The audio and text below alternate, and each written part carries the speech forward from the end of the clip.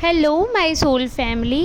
आज मैं आपके लिए बहुत इंटरेस्टिंग सा टॉपिक लेकर आई हूँ। मुझे बहुत रिक्वेस्ट आई थी कि मैं इन लॉज़ के ऊपर रीडिंग करूँ, तो जी हाँ, आज मैं आपके साथ रीडिंग करने वाली हूँ कि जो आपके इन लॉज़ हैं उनके साथ आपका रिश्ता कैसा है और ऐसा क्यों है। तो रीडिंग स्टार्ट करने से पहले मैं आपको बताना चाहूँगी कि मैं किसी की भी पर्सनल रीडिंग नहीं कर रही हूँ, मैं रीडिंग जनरल बेसिस पे कर रही हूँ।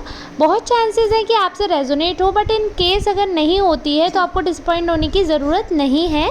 आप मेरी नेक्स्ट रीडिंग सुन सकते हैं। मैं आप सबकी एनर्जी पिक करके ही रीडिंग करती हूँ। जो आप लोग सब्सक्राइब करते हैं, कमेंट करते हैं, मैसेज करते हैं, लाइक करते हैं, तो आपकी एनर्जी मुझ तक आती है, जिसे पिक करके मैं आपके लिए रीडिंग करती हूँ।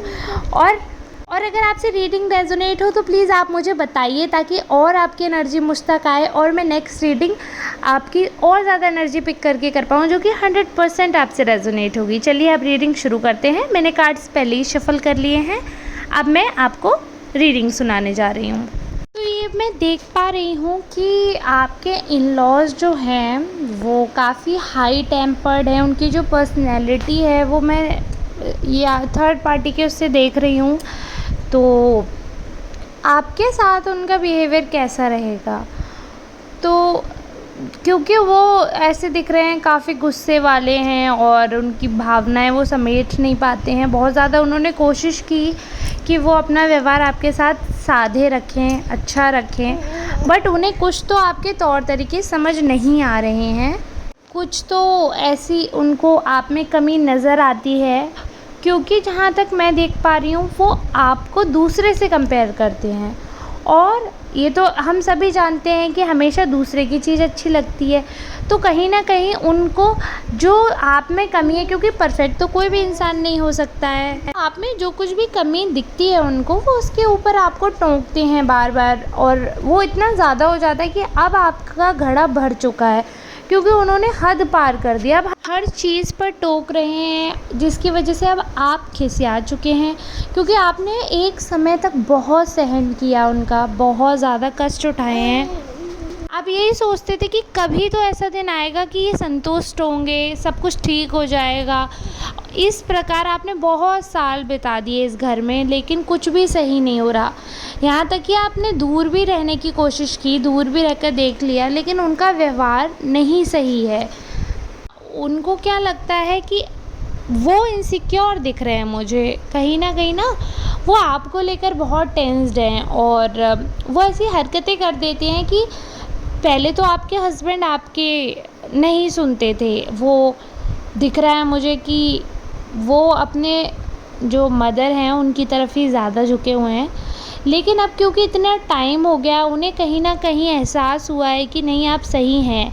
लेकिन फिर भी कहीं आपकी सासू माँ का दिल ना टूटे, या आपके हस्बैंड की माँ का दिल ना टूटे, उन्हें दुख ना हो कि मेरा बेटा मेरी तरफ नहीं है, इसलिए वो उनके सामने ज़्यादा कुछ नहीं बोलते हैं, आपकी साइड भी नहीं लेते हैं। लेकिन जो मैं देख पा रही हूँ कि वे ये सच जानते हैं कि आप बहुत अच्छे हैं और आप इस घर को बनाए रखने की पूरी कोशिश कर रहे हैं, और यही कारण है कि वे आपसे बहुत प्यार करते हैं।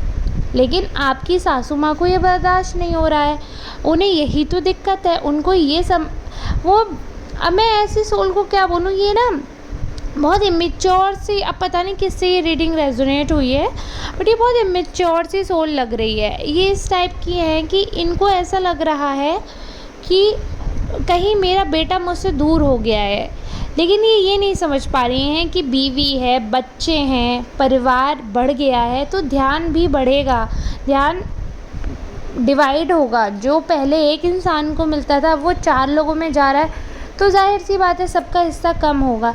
बट वो ये डाइजेस्ट नहीं कर पा रही हैं, क्योंकि कहीं ना कहीं आपके जो हस्बैंड है ना, उन्होंने अपने पेरेंट्स को बहुत ज़्यादा टाइम देना बंद कर दिया है। उनकी जो पहले गॉसिप चलती थी उनमें बहुत ज़्यादा इन्वॉल्व होना बंद कर दिया है। तो अब आपकी सासू माँ को ऐसा लगता है कि आपने बेटे को वश में कर लिया है, क्योंकि जिन बातों में, जिन बुराइयों में पहले वो पूरी तरीके से पार्टिसिपेट करते थे और 4 बातें आपकी बुरी कर देते थे उनके साथ मिलकर, तो उन्हें इस चीज़ में तसल्ली मिल जाती थी।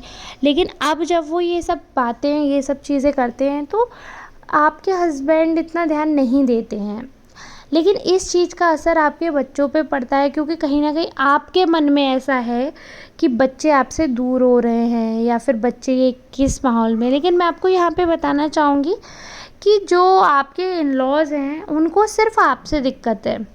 वो बच्चों से कभी-कभी ऐसा दुर्व्यवहार आपको लगता होगा कि कर देते हैं, या फिर आपको लगता होगा कि भेदभाव हो जाता है जब आप और बच्चे आते हैं घर में, तो आपको लगता है कि आपके बच्चों को वो उस हिसाब से नहीं पूछ रहे हैं जिस हिसाब से पूछना चाहिए, या फिर वे और जो बच्चे रिश्तेदार के आ गए हैं घर पे, या आपकी नंद के या जिसके भी आ गए हैं, उन्हें ज़्यादा पूछ रहे हैं।